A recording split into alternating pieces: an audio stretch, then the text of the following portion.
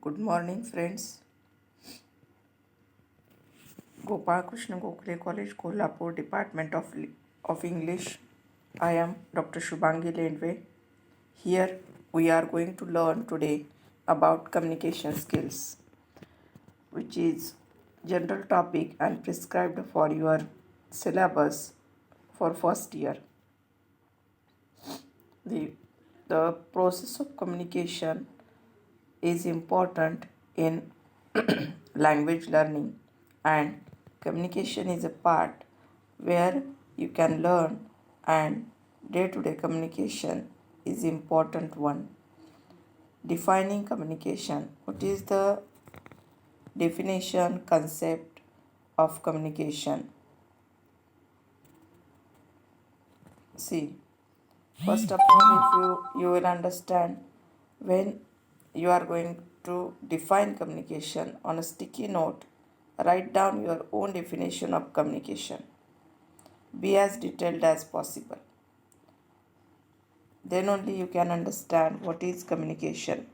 You can write down two-way communication, person to person communication, one person to many person communication, many persons communication, and you can understand there is use of language for communication. With a group, discuss your definitions. Next step, what was different, what was the same. What was different and what was the same. That how you defined communication. Communication between two person is important one. Again, the next part, how you communicate effectively, what kind of language you used, what kind of body language you used is the next part. But basic, what is communication? Together with your group, come up with the best possible definition to share with the class. What is the best possible definition for communication? I think one person to another person, eye to eye contact is the best communication. The communication process model. What might be the process model for communication?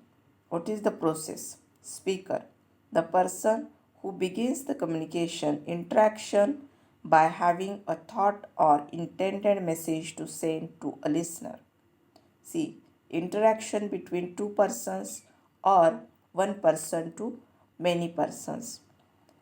Having a thought, it is your personal thought or any topic you are going to talk on it, or intended message to send to a listener. What is your intended message, decided message to send to a listener? Who can this be? Does it have to be a singular person? Does it have to be human? Do they have to know who their audience is before they decide to communicate?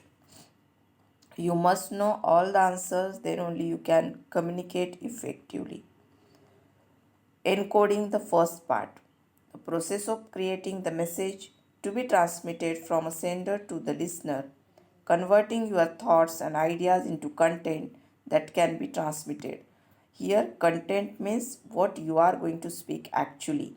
You must create that message in your mind first. Think about it, and then only you can speak about it. The speaker's decision. What is the speaker's decision and what he is going to talk, what he is going to communicate? Denotation and connotation.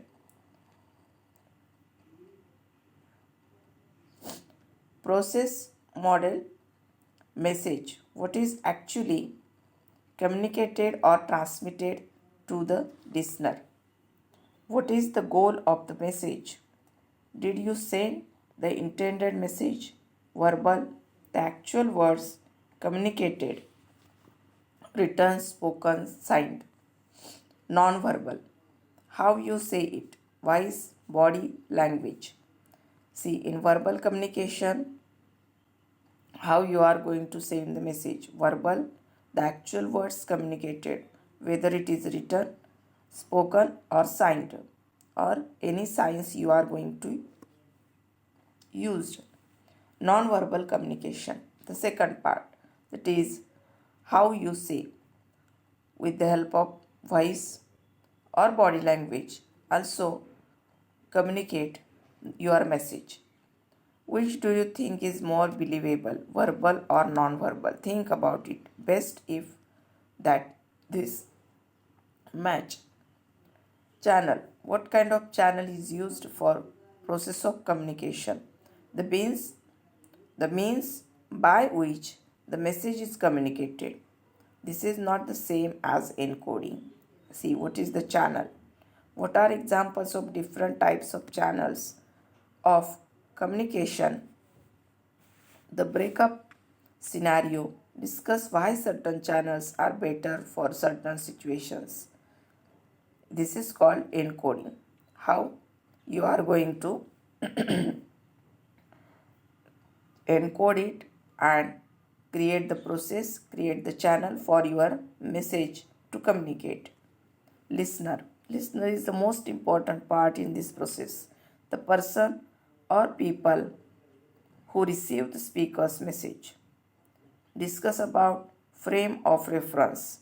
This is what affects the way speakers and listeners communicate. How you are going to communicate with the help of references. Next, decoding. How the listener interprets and processes the message transmitted by the sender. How he can acquire this message, comprehend that message, and how he is going to understand that message is called as decoding. Was the intended message received properly? What could go wrong here? Here we can understand whether it is transmitted in a correct language or in a bad language or in a right process. Next part, feedback. The message or response sent from the listener back to the speaker. This is called as a feedback. Shows understanding and interpretation of the speaker's message. Can be verbal or non-verbal or can be positive or negative. Feedback means you are going to respond, listener is going to respond to the speaker as first part is the encoding, second part is a channel, third part is a decoding, fourth part is a feedback, and how decoding after that listener decoding and feedback. Again I repeat, first part is about encoding, second part is about channel, third part is about the listener decode that message, fourth part, and fifth part feedback. Listener responds to the speaker. Situation. See, what is the situation between this process? The context in which the communication process occurs. What is the context you are going to use for the communication? Time and place includes physical and social components. What's happening in the world? Time and place is important for the communication. Again, include physical and social components in your communication. Interference. What kind of interference are there in the process? Anything that could impede the process of communication. Create barriers in the communication. In the next lecture, we are going to see about the barriers in the communication. Here we learn external, internal. What kind of external barriers and internal barriers? Externals are noises and sounds between our communication which interrupts in our communication, and internal communication and internal feelings, emotions, thoughts of the speakers and the listener. How their internal barriers or internal interference, feelings, our feelings and emotions interferes between our communication. We thought about the what is actually we are going to encode, and when you are going to speak there is something different in your speaking or in your communication. So in that way we can understand this is the process model for the communication. It is a general process model of the communication.